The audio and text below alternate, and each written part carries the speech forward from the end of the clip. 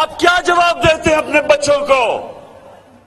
آپ کو میں سب کو آج یہ کہنا چاہتا ہوں کہ ان لوگوں کو شرم آنی چاہیے. یہ اس ملک سے وہ کرنے جا رہے ہیں. نوجوانوں سنو میری بات، یہ ملک سے وہ کرنے جا رہے ہیں جو دشمن بھی نہیں کرتا. ایک ملک کے اوپر آپ بمباری کریں، دہشت گردی کی جنگ لڑیں، جنگ بھی ہار جائیں، وہ معاشرہ پھر بھی کھڑا ہو جاتا ہے. جاپان کے اوپر 2 ایٹم بم گرے تھے دوسری جنگ عظیم میں، وہ پھر کھڑا ہو گیا. معاشرے کبھی بھی جنگ ہارنے سے ختم نہیں ہوا آج تک، لیکن معاشرے کو اگر آپ نے تباہ کرنا ہے، اس کی اخلاقیات تباہ کر دو، ان کو اچھے برے کی تمیز ختم کر دو. اس لیے یہ آیت ہے امر بالمعروف. اس لیے اللہ نے ہمیں حکم کیا ہے کہ اچھائی کے ساتھ کھڑی ہو اور سب برائی کے خلاف جہاد کرو. آپ کی بہتری کے لیے، معاشرے کی بہتری کے لیے، معاشرے کو زندہ رکھنے کے لیے. یہ جو لوگوں کے چور، لوگوں کے چوری کے پیسے سے ضمیر کے سودے کر رہے ہیں، یہ ہمارے معاشرے میں پھر سے کہتا ہوں، یہ وہ کرنے جا رہے ہیں اس ملک کے ساتھ جو کوئی دشمن بھی نہیں کر سکتا. اس ملک کی اخلاقیات تباہ کرنے جا رہے ہیں کہ وہ لوگ جو پبلک کے نمائندے ہیں، ایم این اے جو ہوتا ہے وہ پبلک سے ووٹ لے کے آتا ہے، پبلک ریپرزینٹیٹو کہتا ہے، پبلک کے مفادات کی حفاظت کرنے آتا ہے. تو جب وہ جا کے اپنے ضمیر کو بیچتا ہے تو وہ تو اس کے بعد آپ کیسے روکیں گے کسی کو چوری کرنے سے؟ وہ کہیں گے جی لیڈر تو سارے چوری کر رہے ہیں اور ہمیں کہہ رہے ہیں سیدھے راستے پہ چلو. قوم کی جب اخلاقیات ختم ہوتی ہے، قوم محنت کرنا چھوڑ دیتی ہے. کیوں کوئی محنت کرے جب چوری میں پیسہ ہے؟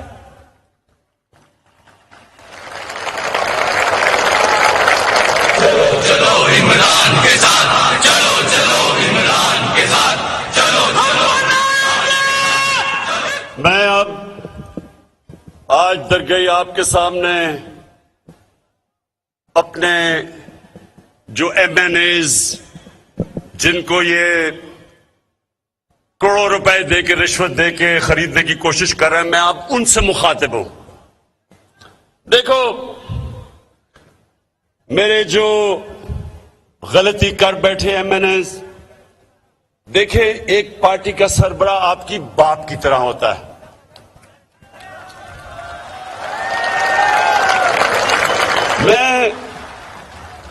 میں آپ کی بھلائی کے لیے اب باتیں کر رہا ہوں. میری بڑی غور سے بات سنو. دیکھیں یہ وہ دن چلے گئے چھانگا مانگا کے جب انہوں نے بھیڑ بکریوں کی طرح ایم پیز نون لیگ نے چھانگا مانگا ریسٹ ہاؤس میں اور پیپلز پارٹی نے مری. وہ دن چلے گئے ہیں. تب تو آپ دونوں کرپٹ تھے، تو لوگوں تب تو آپ نے ابھی کرپشن میں اتنا نام نہیں کمایا تھا، تو لوگوں نے تو یہ سمجھا کہ اقتدار کی وجہ کی جنگ چل رہی ہے. یہ پاکستان وہ پاکستان ہے جس میں لوگوں میں شعور آ چکا ہے. سوشل میڈیا کا زمانہ، میں پھر سے بتا رہا ہوں، آپ کے بچے کو آپ کے نام پتہ چل گئے ہیں. آپ کو سب کو پتہ چل گیا ہے کہ آپ نے اگر پارٹی کو چھوڑا تو صرف اور صرف آپ پیسے لے کے چھوڑیں گے. آپ جتنا مرضی کہیں کہ جی میری ضمیر جاگ گیا ہے اور میں نے فیصلہ کیا ان چوروں کے ساتھ ملنے کا، لوگ آپ کی بات نہیں مانیں گے. آپ جتنا بھی کہیں گے جی عمران خان بڑا برا آدمی ہے، ہوگا بڑا برا، لیکن لوگ آپ کی بات نہیں مانیں گے. لوگ سب سمجھیں گے کہ اب آپ نے اپنے آپ کو بیچا ہے. درگئی کے لوگوں، نوجوانوں، آپ مجھے یہ بتائیں ہاتھ کھڑا کر کے، ابھی نہیں میں بتاؤں گا. آپ مجھے یہ بتائیں کہ کیا آپ یہ سب سمجھتے ہیں کہ انہوں نے اگر ہمارا کوئی بھی آدمی ان کے لیے ووٹ ڈالے گا، یہ صرف اور صرف ان سے پیسے لے کے اپنا ضمیر بیچ کے ووٹ ڈالے گا۔ اگر آپ سمجھتے ہیں تو ہاتھ کھڑا کر دیں۔ یہ ذرا ایک منٹ پھر سے ہاتھ، ذرا کیمرہ دکھانا کہ یہ لوگ، یہ سارا پاکستان یہی سمجھے گا۔ سارے پاکستان میں میرے ایم این ایز، میری سن لیں میری بات آج، سارے پاکستان یہ سمجھتا ہے، آپ جو مرضی ان کو کہہ لیں، سارا پاکستان یہ سمجھے گا کہ آپ نے اپنا ضمیر بیچا ہے۔ اور یہ جو سوشل میڈیا ہے ہمیشہ کے لیے آپ کے نام کے ساتھ لگ جائے گا کہ آپ ضمیر فروش ہیں۔ آپ کے لیے شادیوں میں جانا مشکل ہو جائے گا، آپ کے بچوں سے لوگ شادیاں نہیں کریں گے، اسکول کے اندر آپ کے بچوں سے برا بھلا کا مذاق کریں گے، برا بھلا کہیں گے۔ آپ ہمیشہ کے لیے آپ اپنا مستقبل یہ پیسے لے کے تباہ کر دیں گے، آپ کی زندگی میں ذلت ہوگی۔ لوگ باشعور ہیں، آپ یہ چھانا بانگا کے دن چلے گئے ہیں، لوگوں نے آپ کو معاف نہیں کرنا، کیونکہ لوگ یہ جو 3 اسٹوجز ہیں ان کی شکلیں جانتے ہیں 35 سالوں سے، یہ 35 سالوں سے چوری کر رہے ہیں۔ ان تینوں کے اوپر نیب کے اندر اربوں روپے کے کرپشن کے کیسز ہیں۔ آپ جو مرضی کر دیں، الٹا لٹک جائیں، لوگوں نے کہنا ہے کہ یہ اپنے ضمیر بیچ کے گئے ہیں وہاں۔ کیوں؟ مجھے بتائیں کہ آپ کیا سمجھتے ہیں، آپ بتائیں، ہاتھ کھڑے کر کے بتائیں کہ آپ کیا سمجھتے ہیں۔ ساری قوم آج یہ سمجھتی ہے، ساری قوم کے اوپر سے پردہ اٹھ چکا ہے، کسی کو آپ پاگل نہیں بنا سکتے۔ تو اس لیے میرے جو ایم این ایز غلطی کر بیٹھے ہیں، آج میں آپ کو پیغام دے رہا ہوں کہ میں آپ کو معاف کر دوں گا، واپس آ جائیں۔ صاف چلی شفاف چلی تحریک انصاف چلی ایک دوسرے کا تھامو۔ ہم سب سے غلطیاں ہو جاتی ہیں، اللہ رحمان اور رحیم ہے، معاف کرنے والا ہے۔ میں کیا چیز ہوں؟ میں تو جس طرح کا باپ کی طرح ہوں، باپ اپنے بچوں کی غلطیاں معاف کر دیتا ہے۔ لیکن پھر سے آخری میں بات کہوں گا، خدا کے واسطے، اپنے بچوں کے مستقبل کے واسطے یہ غلطی نہ کرنا، یہ غلطی نہ کرنا۔ مجھے لوگوں نے کہا کہ عمران خان، یہ سنیں، مجھے لوگوں نے کہا، انہوں نے یہ کہا کہ دیکھیں وہ تو ان کے پاس سندھ کی حکومت ہے، وہ تو سندھ کی حکومت کا پیسہ استعمال کر رہے ہیں، تو آپ کے پاس تو پنجاب، پختونخوا، آزاد کشمیر اور بلتستان ہے، آپ کے پاس تو بہت زیادہ پیسہ ہے، آپ ان کو خرید کے واپس لے آئیں۔ میں نے اپنے لوگوں کو کہا جنہوں نے مجھے یہ تجویز دی، میں نے کہا سب سے پہلے میں اللہ کو جواب دوں، مجھے اپنی آخرت کی فکر ہے۔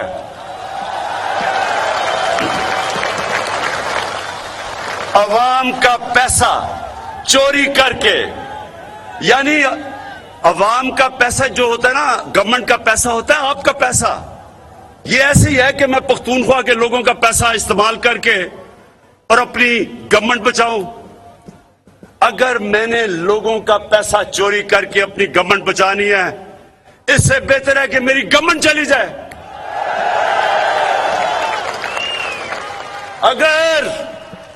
اگر میں نے اپنے ضمیر کا سودا کر کے رشوت دینی ہے ایم این ایز کو، میں لعنت بھیجتا ہوں ایسی حکومت کو۔ اور یہ درگئی، ذرا یہ سنیں، وہ کون ہے؟ اچھا یہ مجھے بتائیں، وہ کون ہے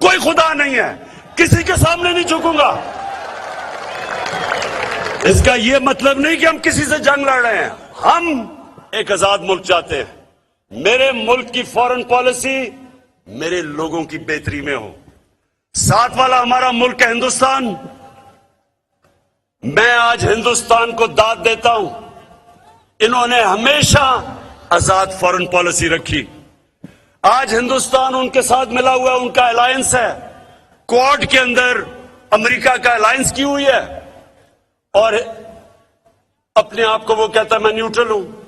روس سے تیل منگوا رہا ہے جبکہ سینکشنز لگی ہوئی ہیں, کیونکہ ہندوستان کی پالیسی اپنے لوگوں کی بہتری کے لیے ہے.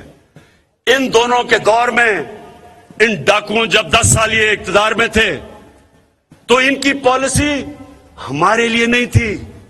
400 ڈرون اٹیک ہوئے پاکستان پہ, ہمارے عورتیں بچے مارے گئے, ہمارے بے قصور لوگ مارے گئے.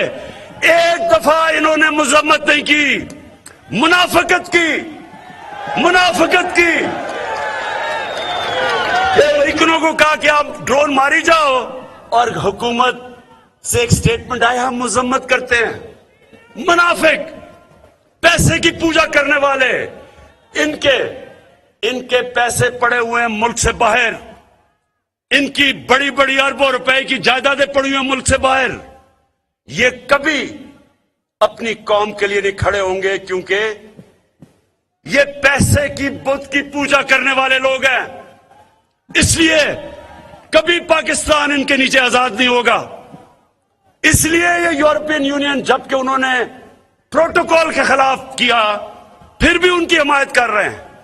جب پاکستان نے 80,000 لوگوں کی قربانی دی پھر بھی کہہ رہے ہیں کہ ایبسولوٹلی ناٹ, غلط تھا. تو میں اپنے پاکستانیوں, میں اب آپ کو صرف بتانا چاہتا ہوں کہ اس ملک نے آگے کیسے بڑھنا ہے. اس ملک نے آگے کبھی بھی دوسری سپر پاورز کے سامنے جھک کے اپنی غیرت ختم کر کے غلام بن کے یہ آگے نہیں بڑھے گا. یہ آگے تب بڑھے گا جب ہم اپنے پاؤں پہ کھڑے ہوں گے.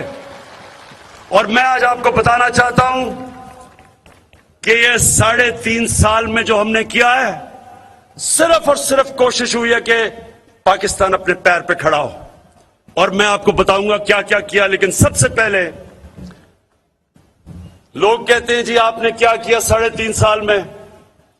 آج درگئی کے نوجوانوں اور بزرگوں, یہ گواہی دینا جو میں آپ کو بتانے لگا ہوں کہ کبھی پاکستان کی تاریخ میں 3.5 سال میں کسی حکومت نے وہ کام نہیں کیے جو ہم نے کیے ہیں. میں چیلنج کرتا ہوں آج, اور میں ابھی آپ کو گناتا ہوں کہ ہم نے کیا کیا. لیکن سب سے پہلے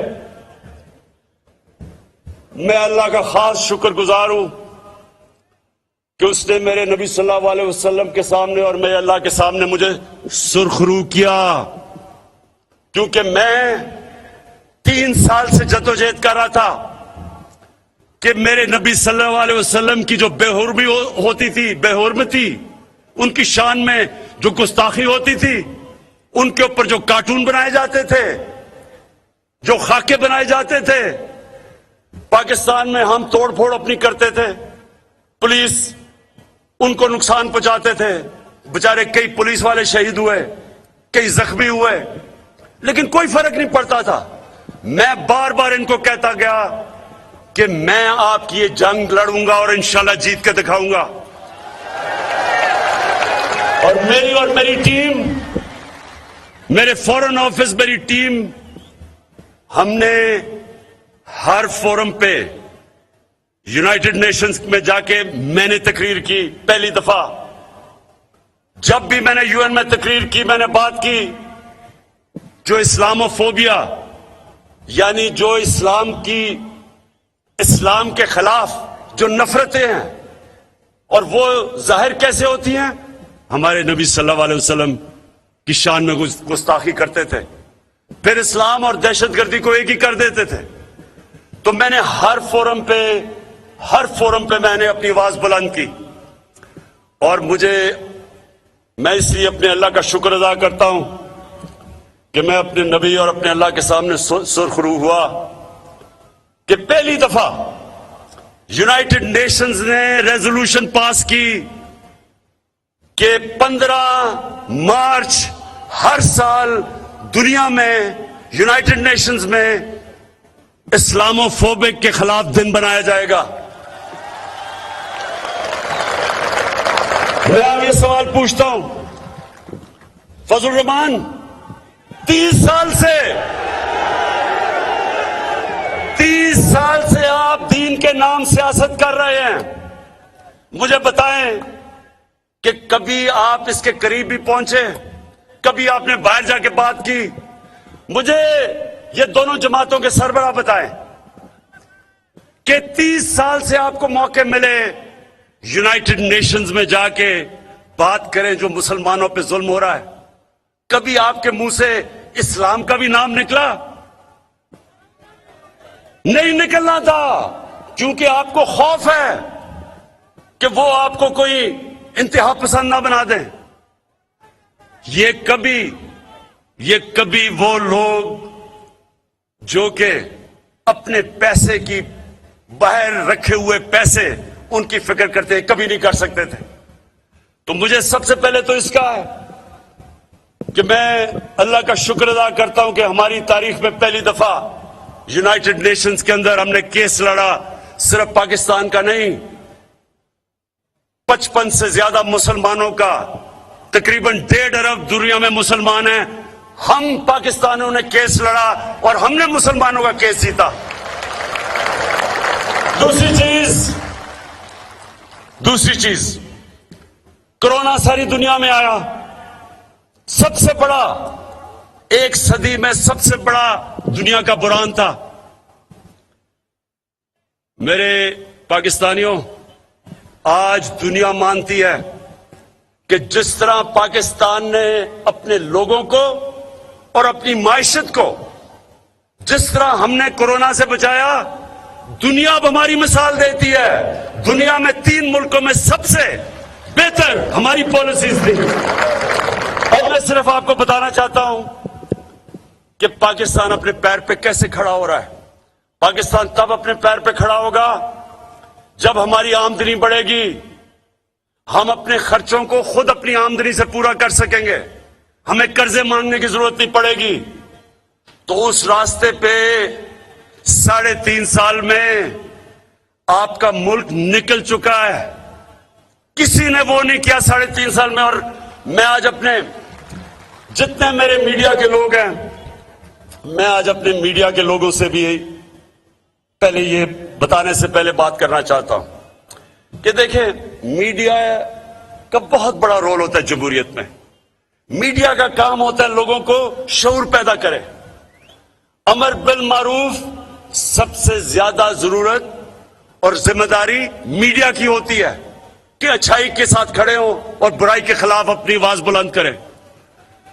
مجھے افسوس سے کہنا پڑتا ہے کہ میڈیا میں کئی میڈیا ہاؤسز کے اوپر پیسہ چل رہا ہے اور کئیوں کے اوپر باہر سے پیسہ چل رہا ہے. اور میں آپ پاکستانی عوام پہ چھوڑ دوں گا کہ خود جب آپ یہ میڈیا کو دیکھیں گے تو یہ وہ ڈاکوؤں کے ساتھ کھڑے ہوئے ہیں جو جمہوریت کا جنازہ نکال رہے ہیں. کیا یہ ہے کوئی باہر کی قوت اگر گرانا چاہے پاکستان میں تو کتنا آسان ہے, 20 لوگوں کے زمین خرید لے, گورنمنٹ گر گئی. تو یہ میڈیا, میں آپ سے سوال پوچھتا ہوں کہ وہ جو لوگ ان کے ساتھ کھڑے ہیں, ان چوروں کے ساتھ, آپ یہ سمجھ جائیں کہ قوم آپ کو دیکھ رہی ہے. یہ جو وقت آیا ہے جدھر 2 طرف کھڑی ہوگی یہ قوم, میڈیا کا بھی وہ فیصلہ کر رہی ہے کہ کون سا میڈیا بکاؤ ہے اور کون سا اپنے ملک اور اپنے لوگوں کے ساتھ کھڑا ہے. تو میں آج میڈیا کو کہتا ہوں, نوجوانوں, کبھی کوئی ملک ترقی نہیں کر سکتا جب تک اس کی ایکسپورٹس نہ بڑھے. جب تک آپ دنیا کو زیادہ مال بیچیں گے نہیں تو ڈالر کیسے آئیں گے. تو سب سے پہلے چیلنج میں کرتا ہوں, جو پاکستان کی ایکسپورٹس ہمارے زمانے میں بڑھی ہیں اس کا کوئی اس سے پہلے مثال نہیں. سارے ہم نے ایکسپورٹس کے ریکارڈ توڑ دیے ہیں, تاریخی ایکسپورٹس کیے ہیں پاکستان میں. آپ کے پاس موبائل فون ہوگا, اس میں گوگل کر کے دیکھ لیں پاکستان کی ایکسپورٹس, جو میں کہہ رہا ہوں وہ سچ نکلے گا. ٹیکسز ہوں گے تو آپ کے اوپر پیسہ خرچ کریں گے. پاکستان کی تاریخ میں سب سے زیادہ ٹیکس ہم نے اکٹھا کیا ہے, 6,000 ارب روپیہ. کبھی اس سے پہلے کسی نے اتنا ٹیکس اکٹھا نہیں کیا. تو یعنی کہ دولت میں اضافہ ہو رہا ہے. پھر باہر سے جو ڈالرز ہمیں بھیجتے ہیں ہمارے بیرون ملک پاکستانی, اس ملک کی تاریخ میں کبھی اتنا زیادہ پیسہ ڈالرز باہر سے پاکستان میں نہیں آئے جو اب آئے ہیں. Remittance record. پھر سنتے جائیں, زرعی اصلاحات ہم نے کی. آج 5 بڑی جو فصلیں ہیں پاکستان نے سارے ریکارڈ توڑ دیے ہیں. گندم سب سے زیادہ ریکارڈ, چاول ریکارڈ, گنا ریکارڈ, مکئی ریکارڈ, آلو ریکارڈ. سب سے زیادہ ہم نے فصلیں کیا, یہ بھی اپنے موبائل پہ چیک کر لیں. پھر جو نوجوانوں آپ کا مستقبل ہے آئی ٹی میں, انفارمیشن ٹیکنالوجی میں, آج پاکستان میں سب سے زیادہ ہم نے اپنی آئی ٹی کی ایکسپورٹس 75% بڑھوائی ہیں 2 سالوں میں. اور انشاءاللہ جو ٹیکنالوجی زونز بنائی ہیں یہ ملک سب سے آگے نکل جائے گا, کیونکہ ہمارے پاس نوجوان آبادی ہے. پھر کنسٹرکشن, پاکستان کی تاریخ میں جو ہم نے کنسٹرکشن میں پیسہ دیا ہے, جو ان کی مدد کی ہے, جو سبسڈی دی ہے, جو انسینٹیوز, وہ کبھی پہلے نہیں تھا. اس کی وجہ سے 1500 ارب روپے کا کنسٹرکشن کے اندر پیسہ آیا. اس کی وجہ سے 30 فیکٹریاں چلنی شروع ہوئی. ہم نے کنسٹرکشن کے ساتھ ساتھ بینکوں کے ساتھ مل کے پہلی دفعہ پاکستان کی تاریخ میں وہ لوگ جو تنخواہ دار تھے, جو کبھی اپنا گھر نہیں بنا سکتے تھے, پہلی دفعہ پاکستان کے بینک اب پیسے دے رہے ہیں عام لوگوں کو, ویلڈر کو, کسان کو, مزدور کو, تنخواہ دار طبقے کو, کیونکہ حکومت سبسڈی دے رہی ہے 30 ارب کی. 50 ارب روپے کے اب تک قرضے دے چکے ہیں عام لوگوں کے لیے. پھر دیکھیں, پاکستان کی تاریخ میں پہلی دفعہ اسلام آباد کے بعد نیا شہر بن رہا ہے, راوی سٹی. اس سے ہمارا ایک تو لاہور بچے گا, دریائے راوی بچے گا, لاہور میں پانی اوپر آئے گا کیونکہ براجز بنیں گے, سیوریج ٹریٹمنٹ پلانٹ بنائیں گے. ایک نیا ماڈرن شہر بنا رہے ہیں لاہور کو بچانے کے لیے, یہ کبھی کسی نے پہلے نہیں کیا. سینٹرل بزنس ڈسٹرکٹ ایک لاہور میں ہم نے شروع کیا ہے. والٹن ایئرپورٹ جو بالکل جس کو کہتے ہیں ڈیڈ کیپٹل تھا, آج وہاں ایک پورا ایک نیا بزنس ڈسٹرکٹ بن رہی ہے دبئی کی طرز پہ, جس سے نوکریاں بنیں گی اور لاہور ماڈرن لاہور بننے جا رہا ہے. نالا لئی پروجیکٹ پنڈی کو آگے بڑھانے کے لیے, ماڈرن سٹی بنانے کے لیے اگلے 2 ہفتے میں نالا لئی پروجیکٹ اناؤنس کروں گا. اس کے بعد نوجوانوں یہ سنتے جائیں, انڈسٹری, ملک کی دولت تب بڑھتی ہے جب انڈسٹری بڑھتی ہے. پہلی دفعہ پاکستان میں انڈسٹریل پروڈکشن بڑھنی شروع ہوئی ہے. ابھی لارج سکیل مینوفیکچرنگ انڈسٹری میں نظر آیا ہے کہ ہر مشکلوں کے باوجود پاکستان کی انڈسٹری تیزی سے بڑھ رہی ہے, جس کا مطلب ٹیکس بڑھیں گے, جس کا مطلب نوکریاں آئیں گی, جس کا مطلب ملک کی دولت میں اضافہ ہوگا. تو یہ اس کے ساتھ ساتھ میں جو آپ کو ایک سب سے زبردست آج خبر دینا چاہتا ہوں, یہ ذرا سنیں آپ. خبر یہ ہے کہ 11 سالوں سے پاکستان کے اوپر ایک جرمانہ ہوا تھا. ریکو ڈک ایک ایسی چیز تھی کہ اس میں پاکستان نے جو ہمارا اختلاف ہوئے, انٹرنیشنلی پاکستان کے اوپر 6 ارب ڈالر کا جرمانہ ہوا اور انٹرسٹ لگ گیا. اگر ہم آج میں آنے سے پہلے سائن کر کے ان کے ساتھ معاہدہ, اگر میں یہ نہ کرتا تو سن لیں ذرا آپ,